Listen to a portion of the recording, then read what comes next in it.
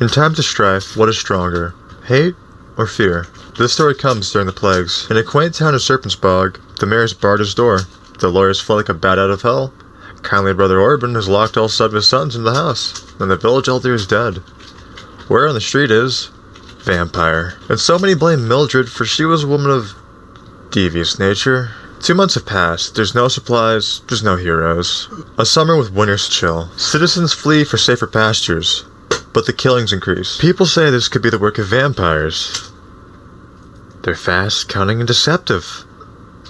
The remnants are hiding in the church. Tonight the beast must die, or the town perishes. All that remain in the town are Father Almond, Wong the Bard, his cousin Lily, the accountant named Gramstone, his goblin slave Galt, Grub the orc butcherer, Doran the dwarven blacksmith, a handful of nondescript townsfolk, and Mildred, a half-elf songstress.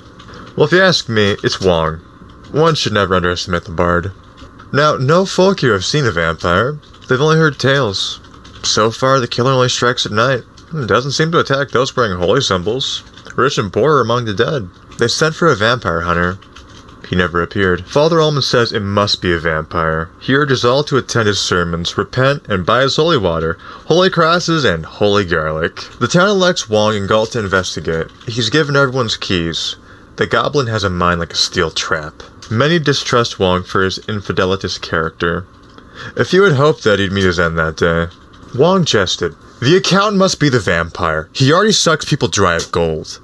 But then, why would he kill us if he needs our money? Doran the dwarf says, if you ask me, it's the orc. He's already covered in blood. Mildred says, of course he is. He's the butcher. The accountant replies promptly, yes, he's the butcher, I'm the accountant, you're the songstress, and this is old already. Now that we're all acquainted, let's get this over with. Father Almond claims, we know it has to be a vampire. It'll have sharp teeth, a flowing cape, and a chilling gaze. The accountant responds, is it my fault I'm impeccably dressed, and the only one who doesn't have a potato brain? The dwarf says, the killer probably has pointed ears, a low dumb forehead, a little nose, and a missing limb. The orc. No vampire. Vampire's dwarf. Wong sets off. He searches the abode and workplace of the accountant. Nothing interesting's inside, except for a journal. He skims it and finds that Graham is as boring as everyone says he is. The last entry was one of intrigue, though. Once before moving to this town, the accountant wished to wed a woman. She was beautiful, wealthy, and would be a reflection of his status. When he proposed, he was rejected. Nothing more awaits in the journal but blank pages.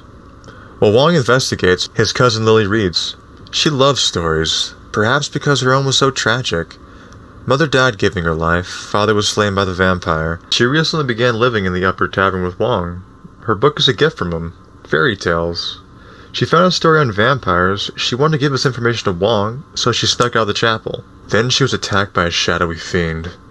As Wong and Galt made their way to the next house, they were assailed by a shadowy creature. The bard summons his courage and casts his torch at the beast. It screams and sinks into the night. The creature moved in the direction of the sheriff's home, leaving behind such a peculiar smell. The bard could swear he knew it somewhere.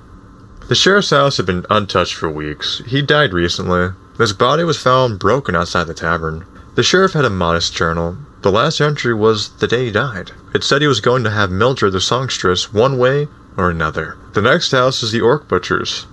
The inside is a mess. The orc was only recently promoted to this position. The prior owner had left town 2 months ago, around the time the killings increased. Many townsfolk disliked the orc. He was so quiet, and when he spoke, it was like listening to an avalanche, a very inarticulate avalanche. The shop was covered in furs, blood, and blades. Wong decided to not even bother. In his eyes, the orc was nowhere near clever enough to be the vampire. Just then, Wong hears a sharp thud. He looks and finds nothing. Galt beckons to Wong. They stare at the shop door. There's a note freshly planted. The parchment says, "You die tonight." Curious.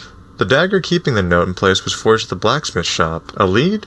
or a trap. Wong sneaks into the back of Doran's smithy. Farming tools and few weapons await, but more importantly, a journal and a ledger. The dagger seems to have been sold to Mildred the songstress. But the killer couldn't be Mildred. She wouldn't hurt anybody. She and Wong worked at the town's only tavern. Every night they'd sing and entertain the crowd. They were best friends. Well, best friends that kiss every now and then. The journal also contained an entry about Grub the Butcher. Doran claims that the orc was eyeing Mildred, and so the dwarf cut off the orc's hand.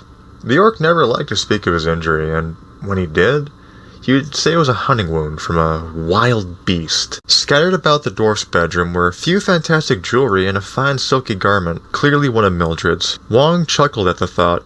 How much gold would Mildred drain from this poor blacksmith? Mildred and Wong have left broken hearts in their wake. Not that it was a contest, but Mildred's list was a lot longer. All the town fell in love with him. All save Father Almond. These secrets are great gossip, but Wong is no closer to the truth. He returns to the chapel. He finds Lily dead. Almond opens the door to receive Wong. He notices the body and shouts, "They've killed the Wong cousin! Nobody was watching her!" The time has come to question the people. The people are questioned privately. Father Almond and Galt used all gathered evidence to question the villagers one by one.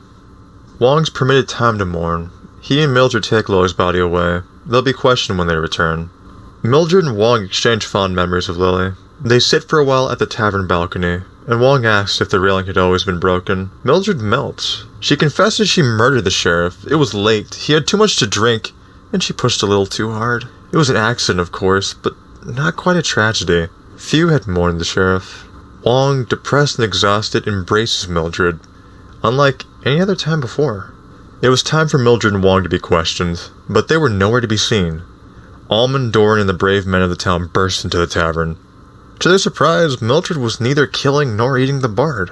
Doran begins to say that Wong must have lured Mildred here to slay her. Wong objects. "Jealousy isn't a good look on you, Doran." The songstress is quiet as the boys fight for her affection. Father Almond has never liked Mildred or Wong. He takes the opportunity and claims that everyone in question is innocent. Therefore, Wong and Mildred must be the vampires. Wong has read enough fairy tales to see how this ends. And then, facing his defeat, he claims that he is indeed the vampire. He threatens all with destruction, and he says the only way to defeat him is to tie him to a cross and wait for the sun. They bought it. Father Almond is ecstatic.